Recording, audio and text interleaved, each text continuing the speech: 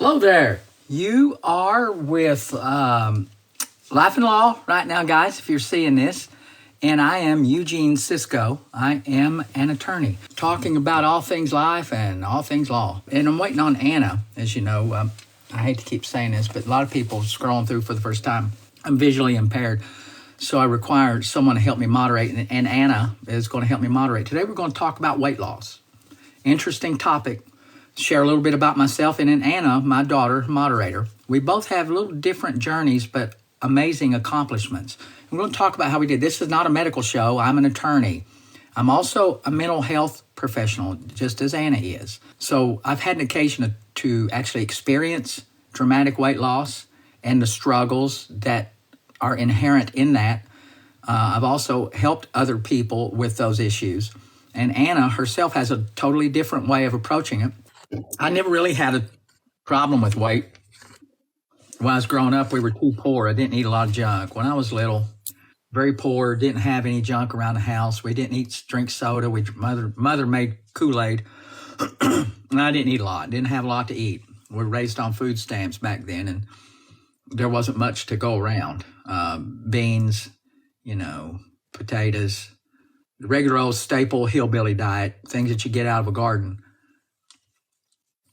So I never had a lot of junk, a lot of sweets, not many carbohydrates. And I was always active and athletic, always. So my normal weight hovered after I got to be a full-grown person around the age of 19 or so. My normal weight hovered somewhere around 165 and 170, 175. Then at the age of 30, I got sick with a kidney disease, and it shut my kidneys down. And I got down to about 120. Then I had a kidney transplant. 6-7 months after that, I ballooned up. I don't know how much you remember that, Anna. I ballooned up to about 248. And I'll show you a picture of myself here. And can you see this, Anna? Does that come on good? Uh-huh. Yeah. So this is me at my heaviest. This is right when I first decided that I was going to try to get back into some kind of shape. This was one of the first races I entered, a little 5K race. And you can tell by looking at the picture real close. There is nobody behind me. I am in last place. In fact, I think if I could zoom out on this picture, you would see one of the police cars behind me. It was miserable. But that was the first time I thought, okay, I got to get back to some kind of shit, because I always exercised. I ran cross country in high school. At that point, that's when I decided to really put the brakes on. I didn't like the way I was feeling. Blood pressure was high. I just felt miserable. Because I was nowhere like in my brain that I was before. I had just recovered from getting very sick. And I was eating everything. Jesus Christ, I was eating probably 4,000 calories a day. And then I just decided to put the brakes on. And it took me from that point. I got an app called, Under Armour or Livestrong? MyFitnessPal. MyFitnessPal is the app I used first. Someone had turned me on to that. I got that, and it was wonderful. It helped train me as I began to figure out what foods, the caloric value. I'm a calorie counter. So I did my weight loss journey was strictly calories in, calories out. That's it. Because I'm a simple guy. And I don't like things real complicated for me, just for my own style. I don't like complications. So I broke it down to calories in, calories out. If you restrict your calories, you're going to lose weight. That's just the way it is. That's the way science is. Your body relies on calories to live. You burn calories. You could lose weight on a Snickers diet, I suspect. Snickers bar is what about? You always tell me that. That's true. Snickers bar is like 300 calories. So if you figure out what your normal calorie intake needs to sustain your weight, whatever that is, then you eat less of that, without doing anything else, you're going to lose weight. But you're not going to feel good. Snickers diet ain't going to make you feel good. You're going to feel bad. Your blood sugar's probably going to rise. You're going to be in a hell of a shape. But you know, if you just eat 1,000 calories a day, no matter what it is, you're probably going to lose weight. You're not going to feel good. So I just decided at that point I'm a calorie counter because it made it simple for me. No matter where I went, I knew calories. Now, I did keep in mind, within those parameters, I kept in mind that I needed to eat so many vegetables. I needed to eat fruit, which those are things I always liked. So, and I'll let Anna talk here in a minute, but so I have to give you my number one tip that helped me kickstart my weight loss was I cut out bread and red meat, mostly red meat, because I realized what I was eating mostly was hamburgers, steaks. So what do you eat? You know this, Anna. What do you eat when you sit down and eat a hamburger? Fries or chips or... Fries, chips, they get that big old fat bun. So before you know it, you've knocked down about 1,400 calories, depending on where you go. I made it real simple for myself, and I cut out red meat. So when I realized I cut out red meat, I cut out a whole lot of other stuff. I cut out the fries, I cut out the chips, I cut out the bread. And that helped me. If I just excluded a whole category of food, it helped me. And so I got my protein from other things. Now, was I vegan? No. I did eat red meat sometimes if it was in chili. You know, if it was in soup. I wasn't a Nazi about it. I ate chili sometimes on a hot dog. But as a general rule, I quit the hamburgers, I quit the steaks. I did that for about 3 years. I mostly ate chicken and fish, and turkey, although I don't really like turkey. It doesn't have much of a flavor like chicken does. And that's how I began to lose weight. And I used that app to track my calories. And it also gave you points. What I liked about it is it gave you points for exercising. And I tracked it every day for 2 or 3 years until I realized that a banana was roughly 200 calories. So I knew that. But the key to that is you have to count every thing you put in your mouth. Some people cheat. Well, I just had a bite of a cookie. Well, that bite of a cookie has calories. And so I just counted calories. And I just made it simple, and I exercised. Calories in, calories out. So for me, most people hate it when someone says that, calories in, calories out. Because when you break it down, for me, it was that simple. Now, I do understand it's not that simple for everybody else, but for me, it was. But first things first, go to a doctor. Get your blood levels checked. Check to see if you're fit for exercise. And if there's nothing wrong with you to exercise, no physical impediment, then go to your doctor, get a good diet plan because your doctors are qualified to do that. And then begin today. Don't wait till tomorrow. Begin today. Today at lunch. Most of you are probably already eaten, but begin at dinner. Get yourself on a plan. So that's kind of mine in a nutshell.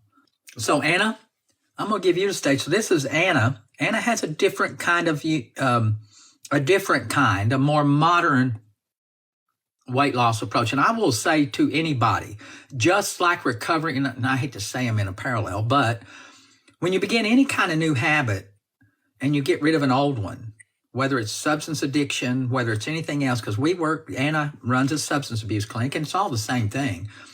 I don't believe that there's one thing that necessarily works for everybody. There's a lot of different approaches to weight loss. There's a lot of different approaches to recovery.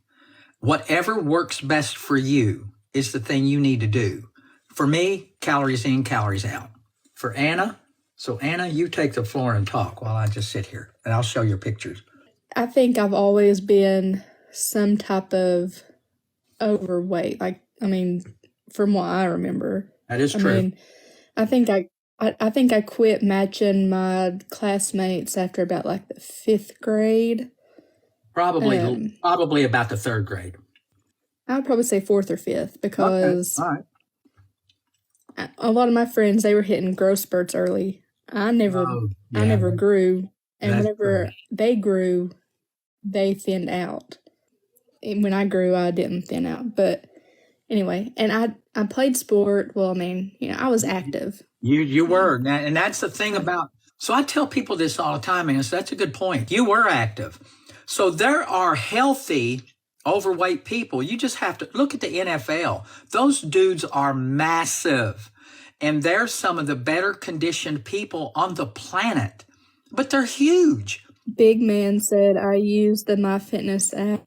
It's and wonderful. It helped me lose 125 pounds. It's wonderful app, guys, but like anything else, you have to pay attention to it. So go ahead, Anna. Thanks, guys. Send us your comments. We'll read them as we go and talk, but we're just talking right now. So, Anna, tell us about the 3rd or 4th grade, you say?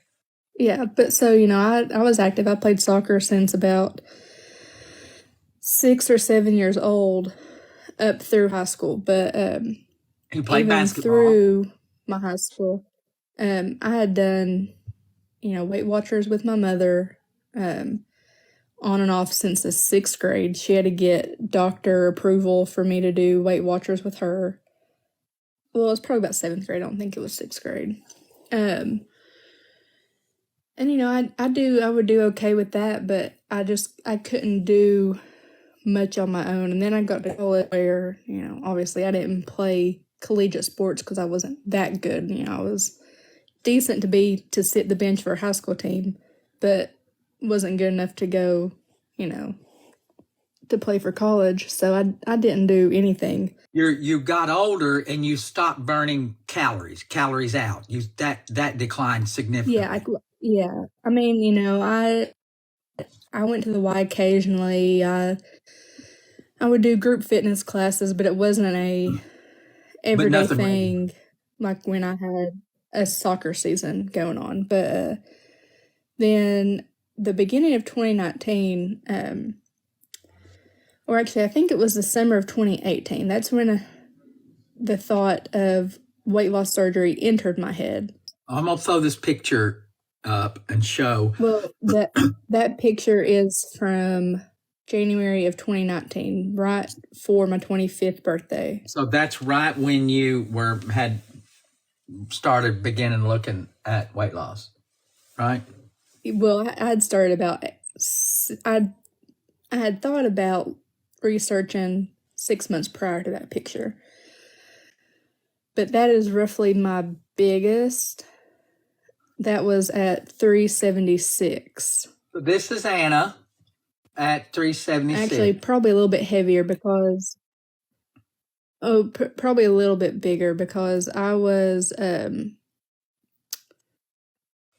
when I went to my local weight loss surgeon's office in August of 2019 for my appointment, my first consult, that was my weight then was 376. So that was 6 months after that photo was taken. Oh, no kidding. I had to be on a 6-month supervised diet. I had to lose, I think, 10 pounds of, what my weight was before I had surgery. Met with a dietitian every month, but the surgeon told me my blood work looked amazing. She's not the first person that said that told me that. When I did the boot camp in 2016 or 17 with Shalibra Bartley. Explain what that boot camp was. There's a lot of these places all across the country where you get these people who they call it weight loss boot camp, where they put you in. A lot of obese people are in it, and they're all. It's a nice little tight knit community. They do things like, now our boot camp. I thought, being someone who is into fitness and weight loss too, it was a little drastic. It was a little harsh because they had these people, most of whom had never exercised in their life, and they were and never dieted. Weight, and they made them run and do a lot of really weight-bearing exercises, which was, in the end result for some of these people, was bad for their health, if not even catastrophic. Broken bones and things, hurt backs, things of that nature. I think you had a back injury because of one of these things. Yeah, I hurt my back during one of the fitness classes, but they told me numerous times, they said, had they not seen my weight or even looked at me, they just went based off my blood work and everything. They said I looked perfect.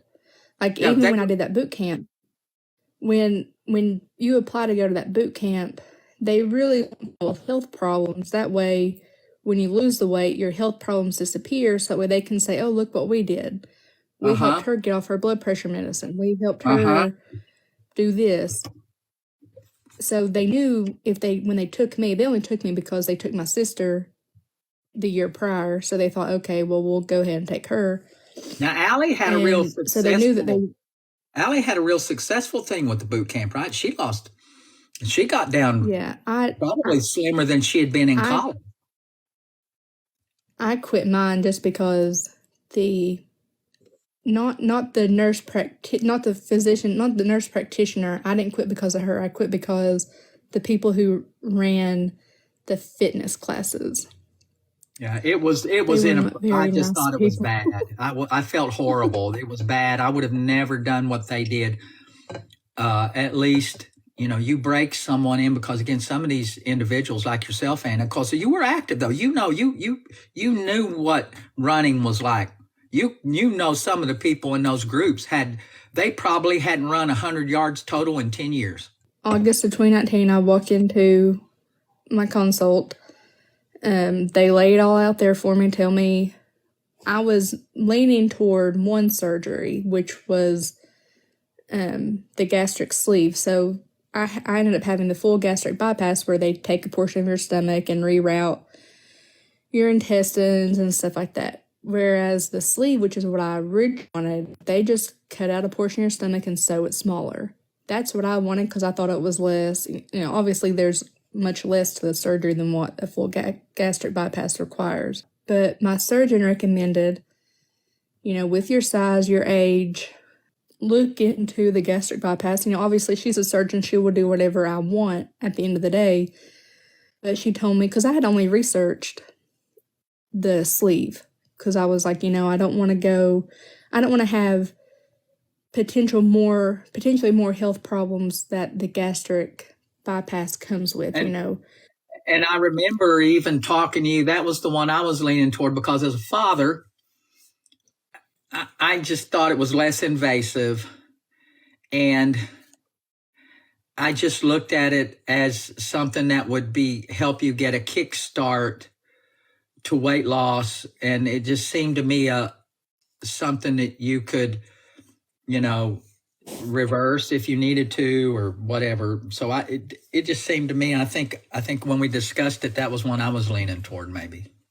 Yeah. I didn't want to have to deal with the side effects that come along with the full gastric bypass of like foods you won't be able to tolerate anymore because they do all the rearranging in your stomach and stuff like that. But it is without a doubt. It is without a doubt. And you'll talk about that here in a minute. It is without a doubt the most life-altering of those two surgeries, in my estimation. Would you agree?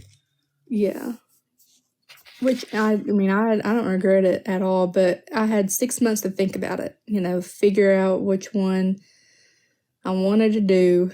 So I also had 6 months to lose 10 pounds, which didn't come easy for me. People think, 10 pounds, it's not that hard. And that's what I thought. But it was a struggle. Every time I had my monthly checkup, I was losing maybe a half a pound here, 2 pounds here. But like the last month and a half was really hard because they told me, they said, if you don't get to your 10 pounds at your 6 month mark, you'll be postponing your surgery for at least another 2 or 3 months. So I had my surgery February 4th of 2020, literally a month before COVID. I had my surgery, everything went great. I was on a liquid diet for 2 weeks before. Probably wasn't the best person to be around. No, you were cranky. I was on a liquid diet. I felt horrible for you. I was afraid because at the time you was living at the house, right? I think you were still living at home. Yeah. And I was home. I was afraid to bring anything in the house. I was just horrible. Because now I don't eat a lot of junk. And now I do have a sweet tooth, but I've even stopped that a little bit.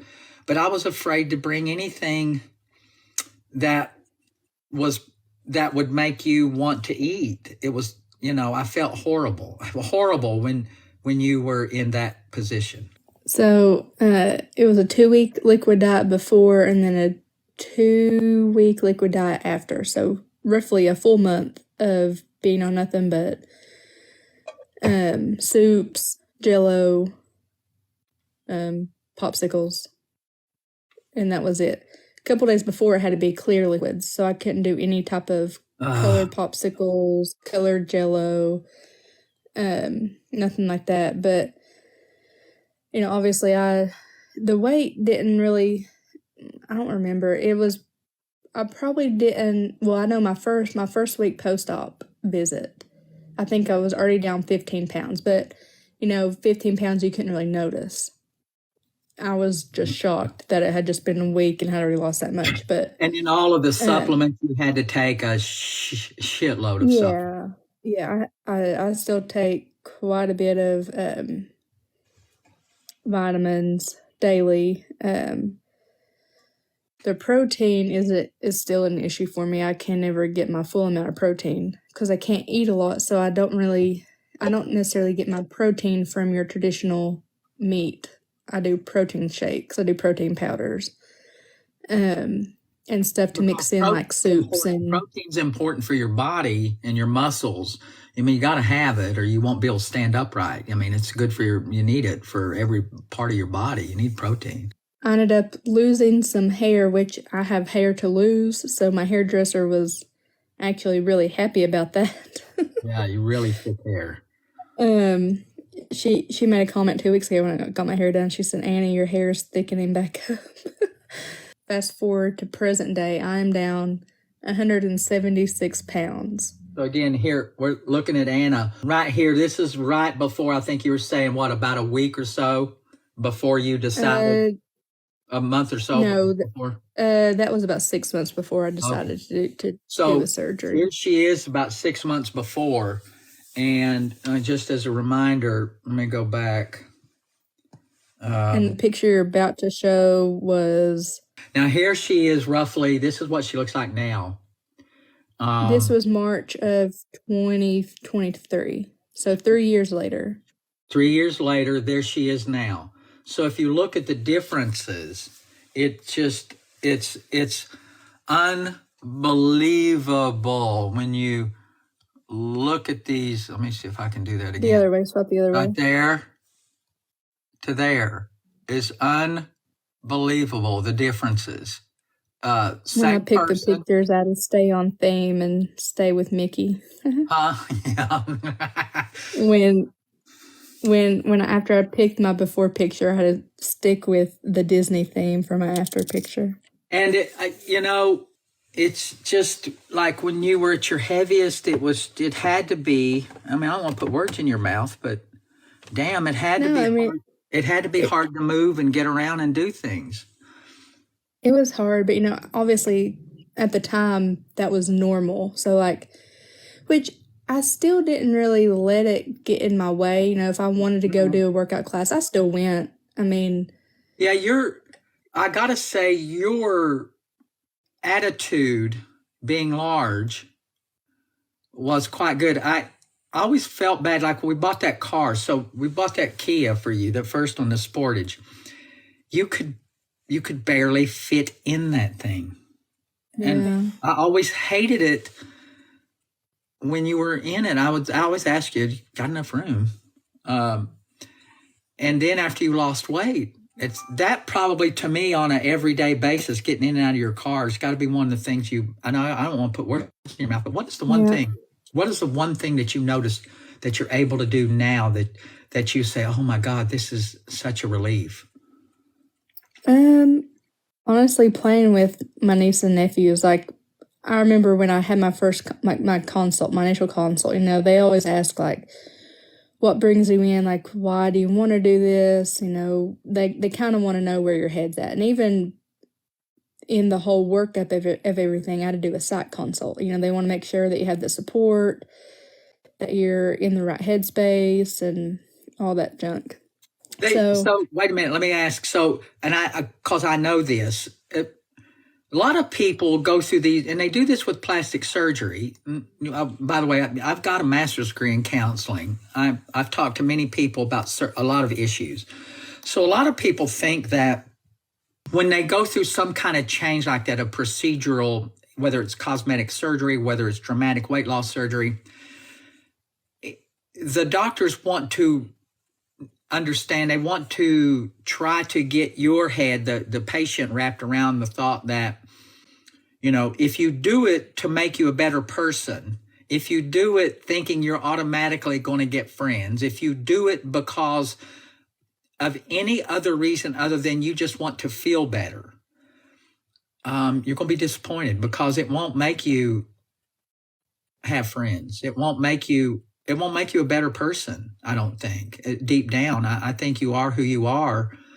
If you're an a-hole, being 100 pounds isn't any different than if you're 400 pounds, right? I mean, so, but you could speak to that more.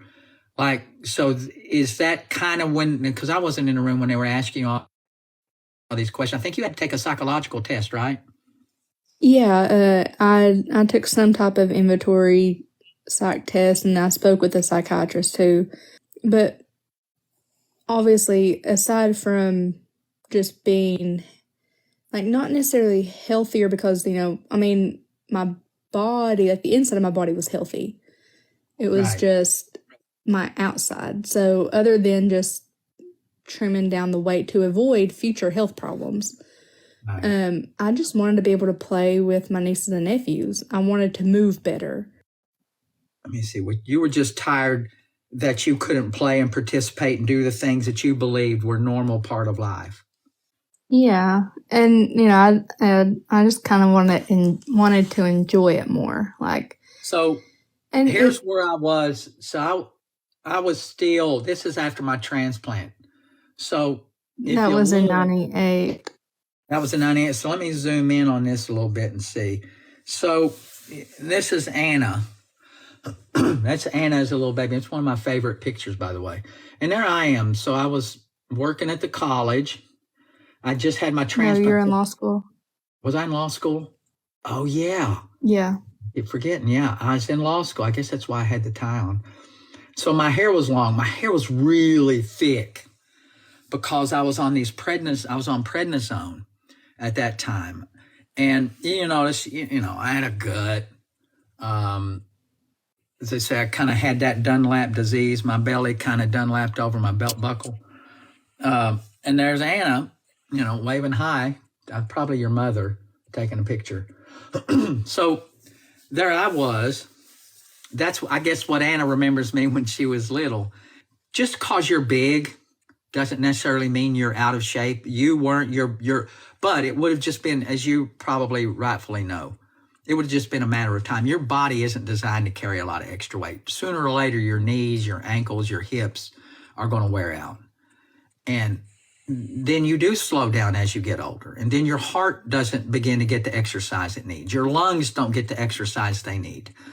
And sooner or later, people their world closes in. Literally, I've seen larger people do this. Their world closes in on them. They stop going outside. They stop having friends. And so their world shrinks. And it's just horrible to see. People like this, that their world has shrunk because they don't want to interact and do the things they used to do because they're big. So let me ask about your clothes. Because me, when I was heavy, at almost 250, clothes. I couldn't get clothes to fit me. I was so frustrated. In fact, I still have a pair of I call my fat shorts. I have my fat jeans. I've got two pair of fat jeans. They were almost 40-inch waist. I couldn't find clothes. I'm not tall, so you see a lot of big-waisted guys. They're usually taller. So I'm on the average to maybe below average height size. So I go to buying clothes. If they were big around the waist, they were too long in the legs. I'm about a 31-inch inseam. It was horrible to find clothes. And I that was one of the things. So I got aggravated that I couldn't buy clothes that fit me right. So was clothes an issue? Because I know I was your dad, and if there would be an event, you would have struggled to try to find clothes, right? Yeah, I mean, ever since I feel like junior high was always in the plus size section. And you know, now plus size clothes are more trendier, but back then, like 2007, 2008, all plus size, even for girls, they were more business older lady type clothes.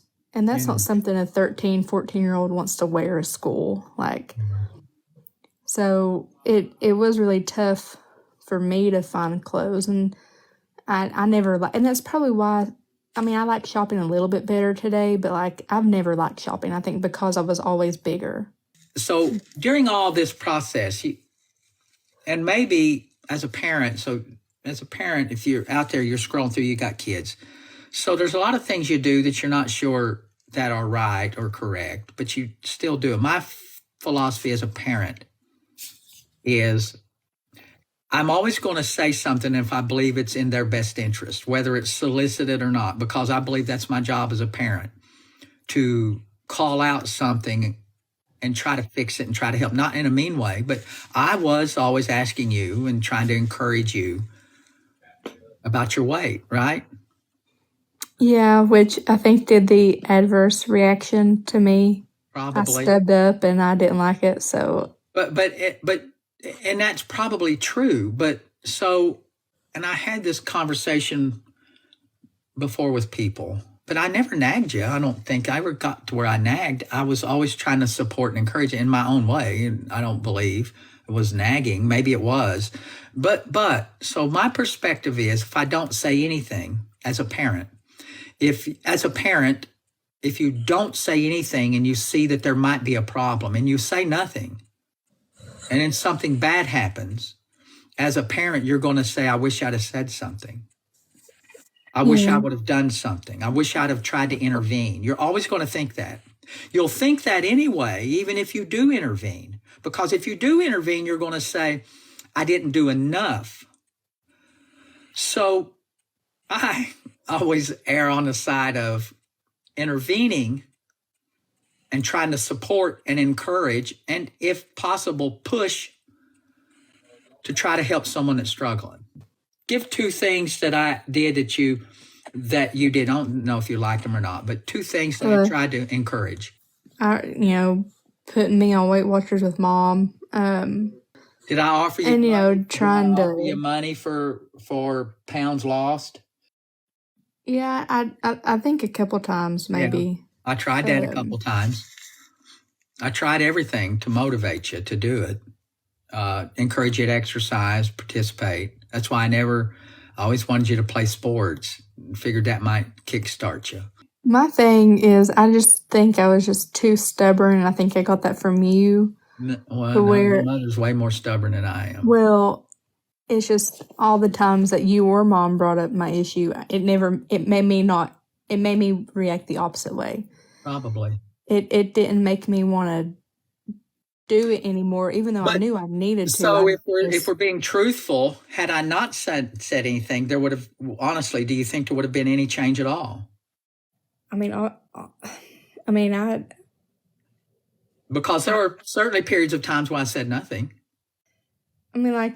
Honestly, I can't say if there would, but there were other times I'd tried, diets on my own without you and Mom knowing. So, maybe so. Okay. It wasn't necessarily like, obviously I can't go back in time and figure out if I would. Yeah, you don't know. But from my end, and you'll see. In the point I got to in 2019, you and Mom had pretty much, stopped saying anything to me. Yeah. So, yeah. But I just had to come to that realization myself, that I didn't want to live the way that I was living. And it's not that I'd tried the diets. I was working out. I would work out 3 to 4 months at a time, and weight just wasn't. Well, and so I'm going to say this. So I'm going to say this about that for anybody that's watching. So me, old school way, I just don't think you gave it enough time and commitment. 3 months to undo 15 years is kind of unrealistic. So I think at some level it's just sticking to it. But now I'm not a doctor. Your doctors have said to you that, I guess with the weight for all this prolonged period of time, maybe diet and exercise doesn't work. I mean, I don't know. It didn't work for you. I believe in all of my research and work as a counselor and seeing people in our clinic. This works well if you're in addiction and recovery, guys. You have to have a target to shoot at. You can't go hunting for a bear if you've never seen a bear. You just can't, because you don't know what it looks like. You have to know what it looks like or have a good idea. So I'll tell you how I think this worked out in mine and your head, and you can tell me. So you have to have in your mind an idea of what you want to get to, whatever the goal is. In this case, we're going to talk about weight loss. If it's recovering addiction, which we're going to talk about recovering addiction in another session. But weight loss, that's why you see people pin those pictures of their high school. They put them on the refrigerator. They put them in their wallet. They put those pictures out. If they're athletes, like a lot of your friends that have gained all that weight, they know what they used to look like. They know that they had a certain fitness level. They know that they could get out and run 2 miles without a problem. They know what their optimum look was. You didn't have that really as an adult. You didn't have that. No. So what was your measure? What was your target? How did you frame a target? What was your target? I know the answer, and probably people scrolling through know the target. What was your target? I mean, I didn't necessarily have a target weight in mind because... Well, you generally did in the beginning. I mean, you knew roughly what you wanted to get to. Yeah, and... So your target was the scales. I'm getting to the point. I think your target was the scales because that's what they tell you. Your target was the scales. So you didn't know, you didn't have a picture that you could actually point to like we looked at here. You didn't have, well, let me just do this. I think you have to have, let's look at this and I'll show. So this picture right here existed only in the abstract, right? You kind of knew you wanted to be thinner, correct? Yeah. This picture here did not exist, right? It was nowhere in the world. Yeah. Nowhere was this picture in existence when you were 25 years old. In me, I had the picture of 170-pound me, which is that picture. This is, of course, this is a little heavier. I wish I had a smaller picture, but let me look and see. I'll show you. So I had a how it used to be picture.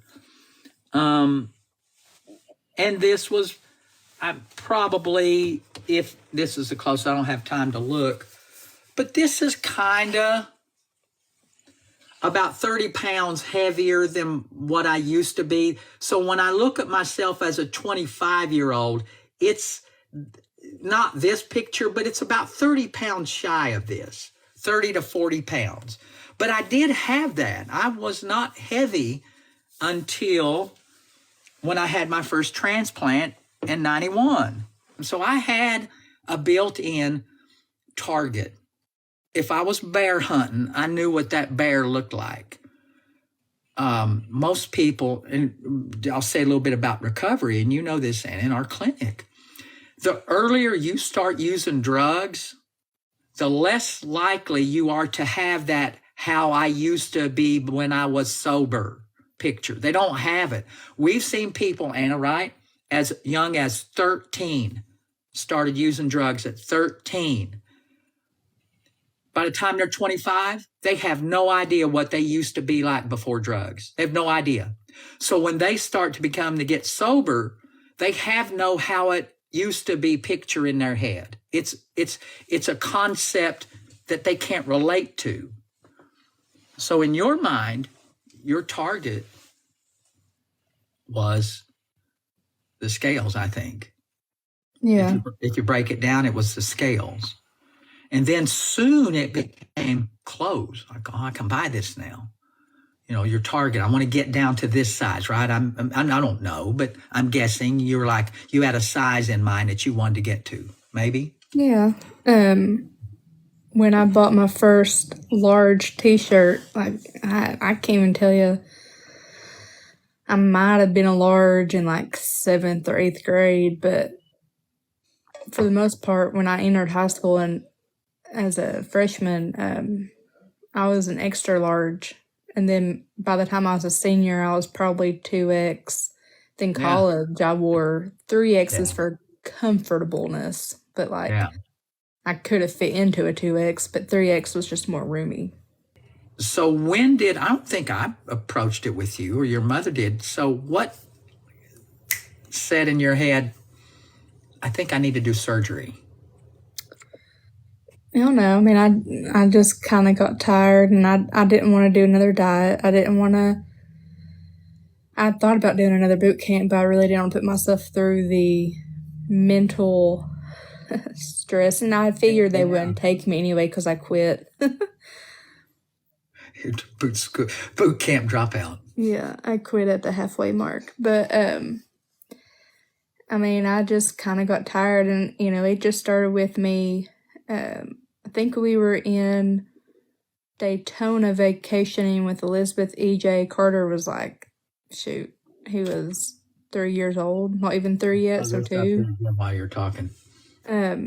But I had stayed up one night, like just watching YouTube vlogs of like people who had done weight loss surgery, and I think I had spoke to Elizabeth about doing it. I was like, I think I'm gonna at least make a consult. I don't know. I just knew that I didn't really want to try anything else. I mean, I had tried Adipex before, the medicine. Mm-hmm. Which obviously, if Ozempic would have been out circa 2019, I honestly probably would have given that a try.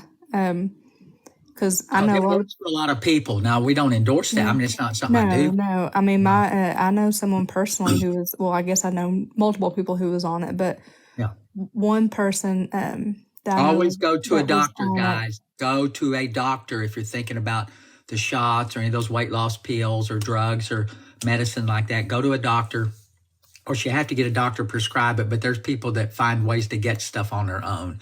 And don't do any of this stuff without you consult a doctor.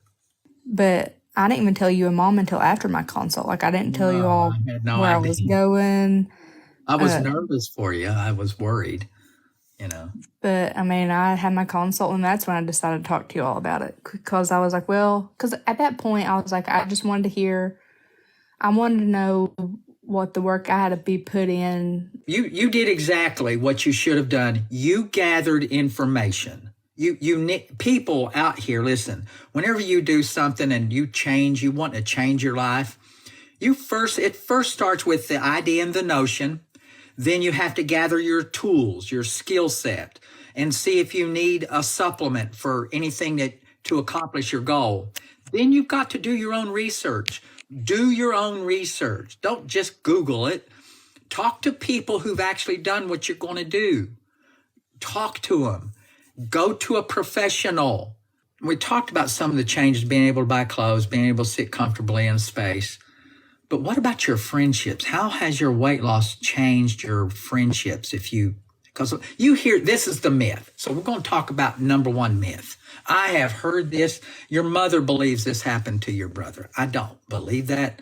Because we go back first, we talked about, I think losing weight makes you, I don't think it changes you. It's like having a lot of money. People think if I have more money, then I'll be better at this. I'll be better at that. I'll be more money makes you more of what you already are. I believe that. So I think when you have a change, like a big weight loss reduction, I don't think it changes who you are. I think it does. It didn't change me. I mean, at least I feel like it didn't change me. I feel like I'm the same person. My friends. You're still crabby. Shut up. But I do agree with Mom, which, okay, I don't know my brother the way you know him because he's so much Mhm. older than me. So Exactly. I can't attest to the way that he was before his surgery. I just know the way he acted after. And I mean, and I know some other people who had weight loss surgery and their attitudes are just. Well, but is it the attitude or just confidence? So sometimes people feel because, and I don't know, I know what I felt like when I was larger. I felt like people were always looking at me, that I was always heavy. It did, in fact, keep me from doing things that I wanted to do because I was bigger. To date, I'm 100 from that picture, from my fat picture. From this picture, I am. From that picture, I was almost 250. I was roughly 247, 248. I stepped on the scales today. I'm at 141. So it kept me from doing things I want to do, and it lowered my level of confidence. Being bigger was different on your confidence. Yeah, So I mean, obviously now, like when I would go out. Right, when your confidence though is better, do you not put yourself out there more? No, I mean, I'm You still don't. shy. Well, but you do things that you probably wouldn't have done. You I got to. mean, I wear clothes that I wouldn't have wore, and I Okay. guess it's probably the most I've ever gotten out of my comfort zone. But Right. me as a person, my personality didn't change. Even No. like the psychiatrist I met with, like, she makes sure that you're not doing it for wrong reasons, that no one's making you do it. Right. And I had to meet with her after, like, I meet with her, I think, 3 months post-op too. Because they just see how you are mentally and stuff like that. Mm-hmm. But because she says that she sees a change in patients normally, mentally, like, and aside from confidence, confidence is obviously one thing, but just how they act, like. But don't you think, isn't that maybe the same? Here's Anna, by the way. This is Anna's picture now. But don't you think though it's all the same thing? Like No, confidence. Some people will think that you've changed. If you've got more confidence, then the people around you are going to say, "Well, you've changed." Well, yeah, I've got more confidence. But that's different than how you treat people. Your confidence should never determine how you treat people. Well, and so that's why I believe that you already are that. You've just never had an opportunity to show it. I believe that. I believe that's who you are. I don't think the weight loss did it. It's like money. Money don't make you a bigger asshole. It just doesn't. Those people who are jerks were jerks when they were poor. They're just bigger jerks when they got money. All my friends, I feel like, were really supportive of me. Caitlin, spending a week with her after a month post-op. She was very accommodating. Whenever we went out to eat, she made me look at the menu, make sure there was something I could eat there. I had reintroduced everything back into my diet besides steak. But like steak, because they had rerouted my whole digestive system, steak had to be one of the last ones because it takes longer to digest. I didn't ditch my friends for new friends. I mean, I don't know, but that's just my personality. Like, I feel like I kept the same type of personality that I had before. And that was really one of my biggest focuses anyway. Like, I wanted to make sure that I didn't treat anybody different, even if I gained confidence. Like, when I'd go out with friends, I was wearing different outfits than what I would have wore previously out to a bar. Did they notice though? So people, so we talk about that, how it used to be picture. My friends, colleagues, workers, people that I knew my whole life, when I gained all that weight, because I gained all my weight. I gained over that 100 pounds in about a 6-month period. So there were people, and 6 months isn't a long time in your life, when you, pardon me, I'm looking at something here. 6 months isn't a long time in the history of your life when you're living in a community. Because 6 months can go by and people will see you and they think they haven't seen you in 2 weeks, and it's really been 6 months. So in the 6 month period, I gained all that weight. People didn't recognize me. They did not recognize me. And so when I lost the weight, when I began to lose the weight, all those people around me, knew that I was losing weight because, at work, when I'm an attorney, I go out to lunch and then We have a question from Kelly.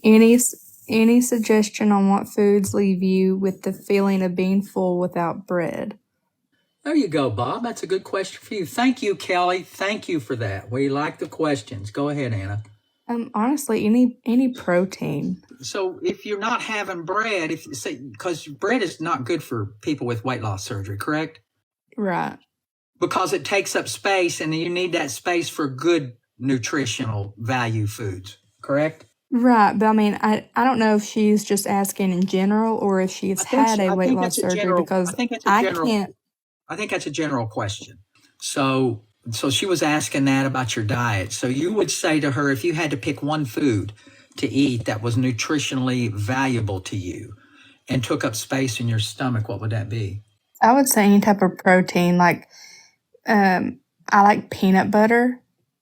Like if you're looking for a snack, like not a meal, peanut butter with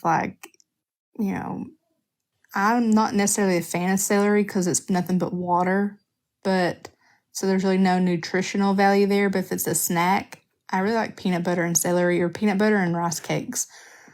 Rice cakes are really good.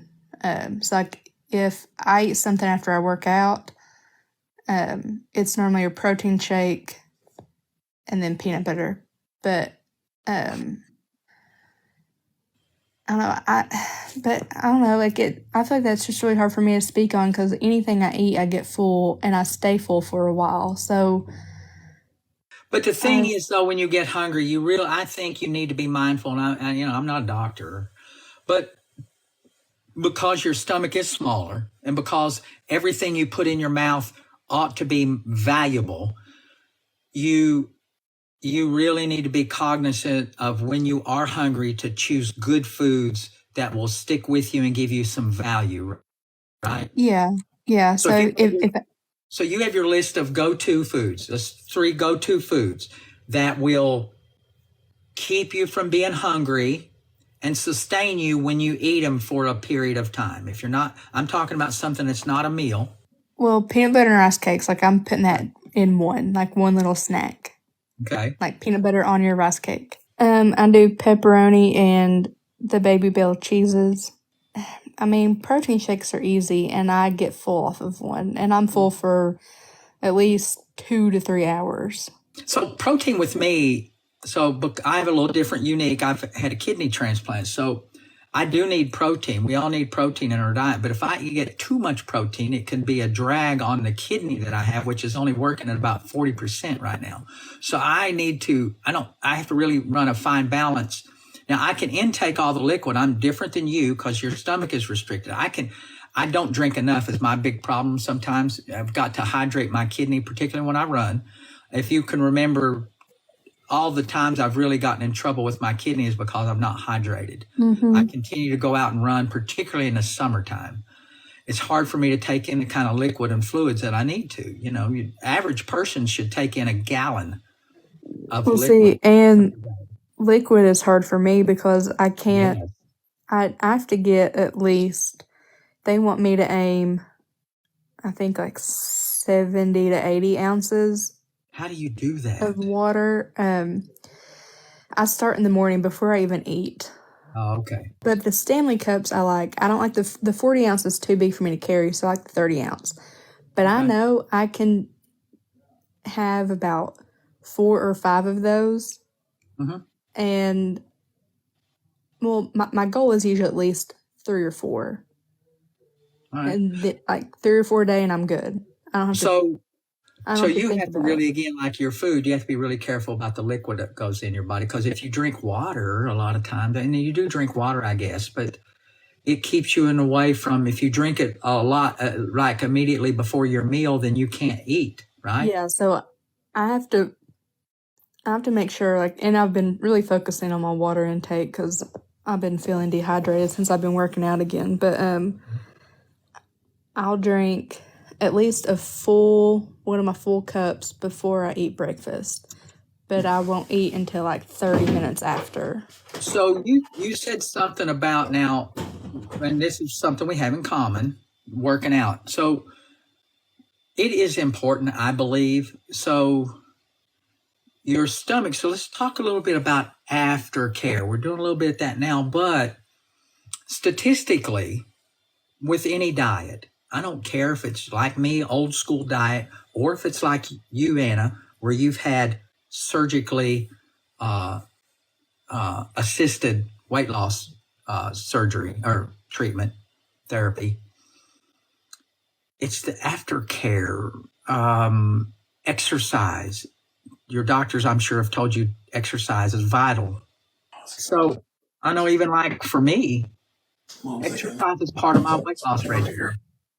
Because I know if it's a day where I'm likely to eat, I will exercise, particularly in that day, and burn off some calories so that way I will be able to eat a little bit more in the evening.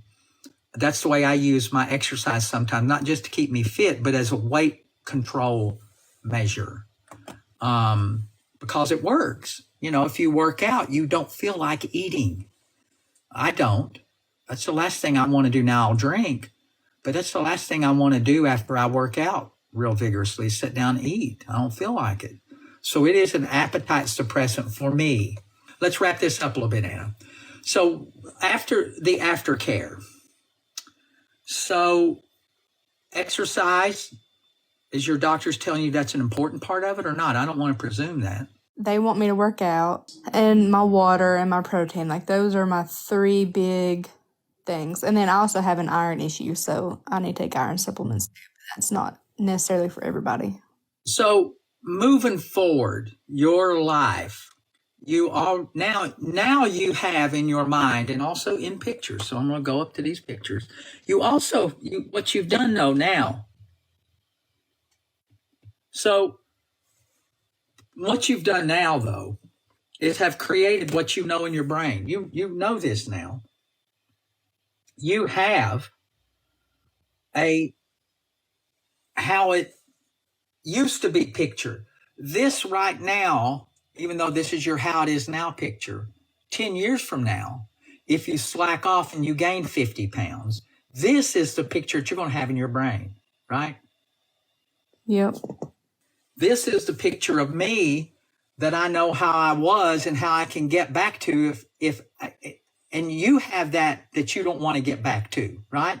That picture where you weighed, what was it you weighed at your heaviest? 376. So you don't want to get back there. You know that. And you have a plan. You're implementing that plan every day. This is the picture I don't want to go back to. I don't even want to get close. On the holidays, I allow myself anywhere from 140 to 155. I allow myself, I don't like 15 pounds because it's hard to get off. But I usually allow myself from about October to January about a 10-pound leeway. But I still continue my exercise. Sometimes I'll increase it more over the holidays when I know I'm going to eat more. So this is the picture that I don't want to get back to. Now, this is picture of us, right? How old is this picture? 2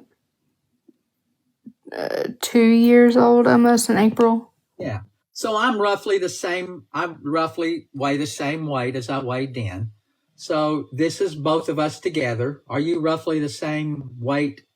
Yeah, that was just taken a month after that other picture. Okay. So we're roughly the same. No, it was, I guess, a year before. So this is how, in my brain, that's what I want to be. I want to be that guy that is active. See the medal? I just finished a race. I don't know where it was. Maybe Hillbilly Days. Was it Hillbilly Days? That's why I'm in my overalls. Oh, yeah. I just finished a race. So I have that in my head. And that's the picture of me that I think actually the grandkids know me. This is their picture, right? When they get older, that's the picture they're going to know of me. And so moving forward, it requires, did the doctors ever tell you this weight loss surgery was the end of the deal, that you won't have to do anything else? No. No. And that's the way it is with any goal. No, because I mean, there's tons of people I know who had the surgery and they gained almost everything back. And I was going to say, why did they do that? We all know why. Why did they do that? They weren't following their guidelines or even exercising. I mean, like, you know, it's okay to not fully follow the diet that they gave you from your post-op, because to be truthful, I don't even follow that to a T anymore. No. But I'm active. But you're right. So, and then I say this a lot. You'll hear some people say that you cannot out-exercise a bad diet. That's true. If your diet is crap, you really can't out-exercise it. However, exercise can mitigate a bad diet. I ran today. I burned off about 450 calories. I'll probably have some of that cheesecake tonight, because tomorrow I'm going to run on the road, no matter what kind of goal you have. Once you reach that goal, the dangerous part of reaching a goal is, what do you think it is, Anna? The dangerous part of reaching a goal?